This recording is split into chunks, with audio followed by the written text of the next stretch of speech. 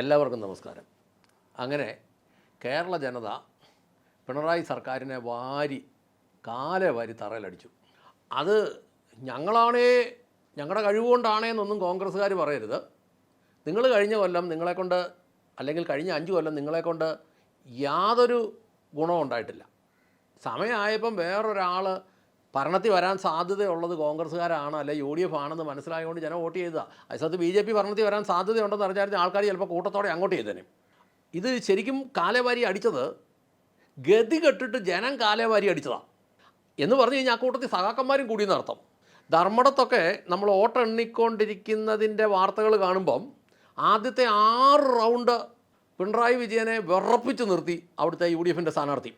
എന്ന് പറഞ്ഞാൽ പിണറായിയുടെ വീടിരിക്കുന്ന ആ ഏരിയയിൽ പോലും സഖാക്കന്മാർ കാലെ വാരി തറയിലടിച്ചു എന്ന് പറയുമ്പോൾ സഖാക്കന്മാരുടെ ഇടയ്ക്കും ബോധമുള്ളവരുണ്ടല്ലോ എന്ന് ഓർക്കുമ്പോൾ വളരെ സന്തോഷമുണ്ട്.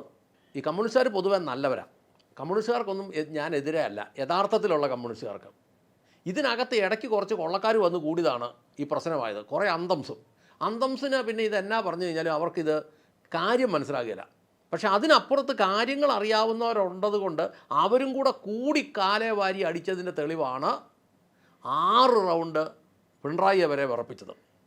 ഇനി കോൺഗ്രസിനോടും ചില കാര്യങ്ങൾ പറയാനുണ്ട്. മുഖ്യമന്ത്രി ഒരാളെ തീരുകയല്ലെങ്കിൽ 3 വന്ന് 4 പേരാക്കിക്കോ. KC വേണുഗോപാൽ ഒരു മുഖ്യമന്ത്രി ആകട്ടെ, രമേശ് ചെന്നിത്തല ഒരു മുഖ്യമന്ത്രി ആകട്ടെ, VD സതീശൻ ഒരു മുഖ്യമന്ത്രി ആകട്ടെ. അങ്ങനെ വരികയാണെങ്കിൽ കുഞ്ഞാലിക്കുട്ടിയും കൂടി ഒരു അവസരം കൊണ്ട് 4 മുഖ്യമന്ത്രിമാരായിക്കോട്ടെ. 4 മുഖ്യമന്ത്രിമാരാകുമ്പം ഇനി ഇതിനകത്ത് എന്തെങ്കിലും പ്രശ്നത്തിൽ ഇപ്പം 3 പേരിപ്പം നായന്മാരാണ്, ഒരാൾ മുസ്ലിമാണ്. ഇനി ക്രിസ്ത്യാനിക്ക് ഒരു പ്രാതിനിധ്യം വേണമെന്നുണ്ടെങ്കിൽ ആ ഉമാ തോമസിനെയോ ആരെങ്കിലും ഒരാളിനെയും കൂടെ അങ്ങോട്ടാക്കുക. അത് ചിലപ്പോൾ ശരിയാകാതെ വരുമായിരിക്കും. അല്ലെങ്കിൽ അതിനകത്തുനിന്ന് പറ്റി ആരെങ്കിലും ഒരാളെയും കൂടെ തപ്പിയെടുത്ത് ഒക്കെ ആക്കിയിട്ട് ഒരു 4-5 മുഖ്യമന്ത്രിമാരാക്കിക്കോ. പക്ഷേ ഒറ്റ കാര്യം, ഒരുത്തൻ്റെ ചിലവേ എടുക്കാവൂ. 50 വണ്ടിയൊന്നും കൊണ്ടുപോകാൻ പറ്റിയല്ല, 1-2 വണ്ടി കൊണ്ടുപോകും. ബാക്കി ആനുകൂല്യങ്ങളും പേഴ്സണൽ സ്റ്റാഫും എല്ലാം കൂടെ ഒറ്റ ഒരാളുടെ വേണമെങ്കിൽ 4 പേർക്കും കൂടെ അങ്ങ് വിധിച്ചു കൊടും, അല്ലെങ്കിൽ 5 പേർക്കൂടെ വിധിച്ചു കൊടും. അല്ലാതെ കൂടുതൽ എമൗണ്ട് എടുത്ത് സുഖിക്കാം എന്ന് വിചാരിക്കരുത്. കാരണം നിങ്ങൾ സുഖിക്കുന്നതിന് ഞങ്ങൾക്ക് ബുദ്ധിമുട്ടുണ്ടായിട്ടൊന്നും പറയുന്നതല്ല. ഞങ്ങൾ പറയുന്നത് ഈ ഖജനാവ് പൂച്ച പറ്റ് കിടക്കുകയല്ലേ, അല്ലെങ്കിൽ എലി പറ്റ് കിടക്കുകയല്ലേ. അങ്ങോട്ട് കയറേണ്ട കാര്യമില്ലാത്ത രീതിയിൽ നശിപ്പിച്ച് നാറാണക്കല്ല് ഇടിച്ചത് കൊണ്ട് ഇപ്പം LDF പറഞ്ഞ് ഇറങ്ങിപ്പോകാൻ നേരത്ത് 4000 കോടി വെച്ചിട്ടുണ്ടെന്നാണ് പറയുന്നത്. എവിടെ 4000 കോടി പോയിട്ട് 4000 പൈസ കാണുകയില്ല. അതുകൊണ്ടല്ലേ ഈ അവസാന സമയത്ത് MVD കൊണ്ട് ദണ്ഡിച്ചത്. ആ പെറ്റി അടിച്ചതിൻ്റെ പകുതിയായാലും പ്ലീസ് തായേ എന്നൊക്കെ പറഞ്ഞ് എല്ലാ ദിവസവും നേരം വെളുക്കുമ്പോൾ മെസ്സേജ് വരും. എല്ലാ ദിവസവും നേരം വെളുക്കുമ്പോൾ എൻ്റെ വണ്ടി ഇന്നാളും കണ്ടൊരു മഞ്ഞവരയ്ക്ക് അപ്പുറത്തൂടെ ഒരു ശകലം ഒന്ന് കയറിപ്പോയെന്നും പറഞ്ഞ് ഒരു 500 രൂപ എല്ലാ ദിവസവും നേരം വെളുക്കുമ്പോൾ 500 രൂപ തായേ എന്നും പറഞ്ഞ് മെസ്സേജ് വരും. നിങ്ങൾ സൂഹിക്കുന്നതിലൊന്നും ഞങ്ങൾക്ക് ആർക്കും വിരോധമൊന്നുമില്ല, നിങ്ങൾ സൂഹിച്ചോ. പക്ഷേ സർക്കാരിൻ്റെ ഖജനാവിൽ കാശില്ലാതെ വരുമ്പോൾ ഇതെങ്ങനെ നടക്കും? VD സതീശൻ പറഞ്ഞ് ഖജനാവ് അങ്ങ് നിറയ്ക്കുമെന്ന്. ഞങ്ങൾ എങ്ങനെയാണ് നിറയ്ക്കുന്നത്? വെള്ളം കോരി ഒഴിച്ച് നിറയ്ക്കുമോ? എങ്ങനെ നിറയ്ക്കുന്നത്? ജനത്തിനെ ഇനിയും കൊള്ളയടിക്കാനുള്ള പണിയാണോ? പ്രകടന പത്രികയിൽ പറഞ്ഞു സ്ത്രീകൾക്ക്, വനിതകൾക്ക് ബസ്സിൽ സൗജന്യ യാത്ര. ഇവിടുത്തെ സ്ത്രീകൾ മനസ്സിലാക്കി വെച്ചേക്കുന്നത് രാവിലെ കുളിച്ചൊരുങ്ങി റെഡിയായി ഏതെങ്കിലും ബസ്സിൽ കയറിയാൽ എങ്ങോട്ട് വേണേലും പോയിട്ട് എപ്പോഴെങ്കിലും തിരിച്ചു വരാം, ഏലോടെ പോയാലും ടിക്കറ്റ് കൊടുക്കണ്ടെന്നാണ്. രാവിലെ ഒരു വീട്ടമ്മ തീരുമാനിക്കുക, കട്ടപ്പനയിലുള്ളൊരു വീട്ടമ്മ തീരുമാനിക്കുക, എന്നാൽ ഒരു കാര്യം ഇന്ന് കോട്ടയം പോയേക്കാം, നാളെ എറണാകുളം പോയേക്കാം, നാളത്തെ കഴിഞ്ഞ് തൃശ്ശൂർ പോയേക്കാം, അത് കഴിഞ്ഞ് കോഴിക്കോട് പോകാം, എറണാകുളം പോകാം, കേരളം മുഴുവൻ ഒന്ന് കറങ്ങിയേക്കാമെന്ന് വെച്ചാൽ നിങ്ങൾ സൗജന്യം കൊടുക്കാൻ പറ്റുമോ? എങ്ങനെ സൗജന്യം കൊടുക്കും? 17,000 കോടി രൂപ കടവും 6,000 ആസ്തിയുള്ള ഉണക്ക പ്രസ്ഥാനമാണ് KSRTC.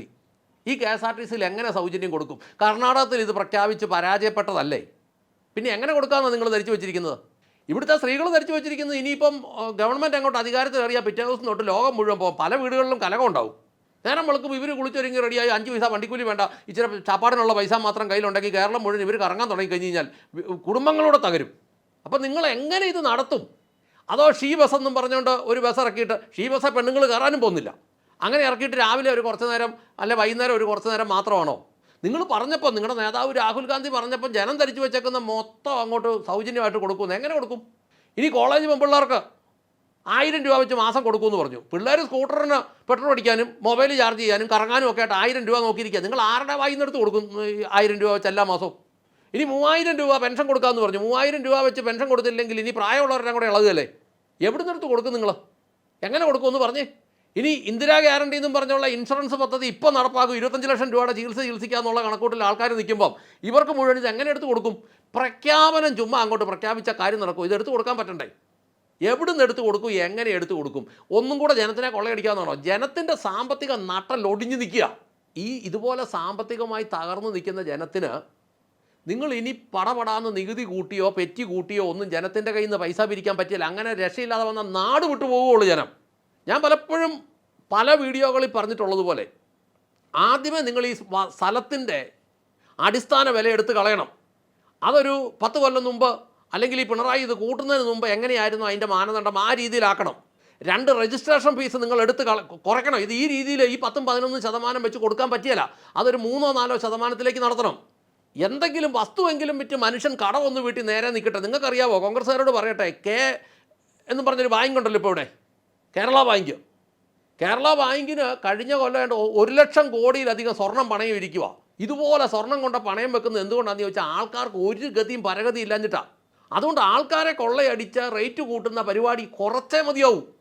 അതിന് ഏറ്റവും എളുപ്പം എന്നാന്ന് ചോദിച്ചു കഴിഞ്ഞാൽ ചിലവ് കുറയ്ക്കാമെന്ന് പറഞ്ഞാൽ ആദ്യം നിങ്ങൾ കാണിച്ചു തരണം. 20 മന്ത്രിമാരെന്നുള്ളത്, മുഖ്യമന്ത്രി ഉൾപ്പെടെ 21 എന്നുള്ളത് ഒരു 11 കുറയ്ക്കാൻ പറ്റുമെങ്കിൽ. അതുപോലെ പേഴ്സണൽ സ്റ്റാഫുകളും, പിണറായിക്കൊക്കെ 100-ലധികം പേഴ്സണൽ സ്റ്റാഫ് ഉണ്ടായിരുന്നെന്നാണ് പറയുന്നത് അവിടെ രാജാവിനെ സ്നേഹിക്കാൻ കൊട്ടാരത്തിൽ. അതെല്ലാം മാറ്റിയിട്ട് അത്യാവശ്യമുള്ള ആളുകൾ ഒരു 5-6-10 താഴെയൊക്കെ ആക്കിയിട്ട്, അങ്ങനെ ആക്കിയാലേ പറ്റുള്ളൂ. മന്ത്രിമാർക്കൊക്കെ ഒരു 5-6 മതി. അതുപോലെ കുറയ്ക്കണം. അതുപോലെ കുറയ്ക്കാൻ പറ്റുന്നില്ലെങ്കിൽ നിങ്ങൾ അവിടെ ചിലവ് കുറച്ച് കഴിഞ്ഞാൽ ഉദ്യോഗസ്ഥന്മാർക്ക് മനസ്സിലാവും. ഉദ്യോഗസ്ഥന്മാർക്കിപ്പം ഒരു കാര്യം നമ്മൾ മനസ്സിലാക്കുന്നുണ്ട്, പോലീസുകാർ പെട്ടെന്ന് മാറി. അതാ പിഷാരടിയുടെ ഇലക്ഷൻ ജയിച്ച് വന്ന ജാഥ വന്നപ്പോൾ തന്നെ പോലീസ് പെരുമാറുന്നത് കണ്ടപ്പോൾ നമുക്കൊരു കാര്യം മനസ്സിലായി, പോലീസ് നയം മാറ്റിയിട്ടുണ്ട്. അങ്ങനെ പോലീസ് നയം മാറ്റിയെങ്കിൽ അതിനിപ്പുറം തന്നെ ഉദ്യോഗസ്ഥന്മാർ, NGO-കാർ നയം മാറ്റിയിട്ടുണ്ട്. അവരുടെ ചുമന്ന കൊടി ഒരു ശകലം താത്തിട്ട് അവർ ത്രിവർണ്ണ കൊടി ഇച്ചിരി പൊക്കിയിട്ടുണ്ട്. അവരവസരത്തിനൊത്ത് നിൽക്കും. അതിൽ ഈ 8.5 ലക്ഷം ഉള്ളതിൽ ഈ പിൻവാതിലിൽ കൂടെ നിയമിച്ചേക്കുന്ന ഒരു 1,83,000 പേരെങ്ങാണ്ടുണ്ട്. അതിനെ ആദ്യം പറഞ്ഞു വിടണം. അതിനെ പറഞ്ഞു വിട്ടിട്ട് ഈ 6.5 ലക്ഷം ഉള്ളതിനെ ഏറ്റവും ആധുനിക സാങ്കേതികവിദ്യ ഉപയോഗിച്ചുകൊണ്ട് നിങ്ങളൊരു 2 ലക്ഷമായി കുറയ്ക്കണം. കുറയ്ക്കാതെ ഇത് മുന്നോട്ട് കൊണ്ടുപോകാൻ പറ്റില്ല. പെൻഷന് KV തോമസിന് 33 ലക്ഷം രൂപയാണ് ഒരു മാസം എല്ലാം കൂടെ കിട്ടിക്കൊണ്ടിരിക്കുന്നതാണ് നമ്മൾ പല കണക്കിൽ കൂടെ പറഞ്ഞേക്കുന്നത്. അവനെ ഒന്നും ഇനി അടിച്ചതിനകത്ത് കയറ്റരുത്. ഒറ്റ പെൻഷൻ എന്ന് പറയുന്നത് ജീവിക്കാനുള്ളതാണ്, സമ്പാദിക്കാനുള്ളതല്ല.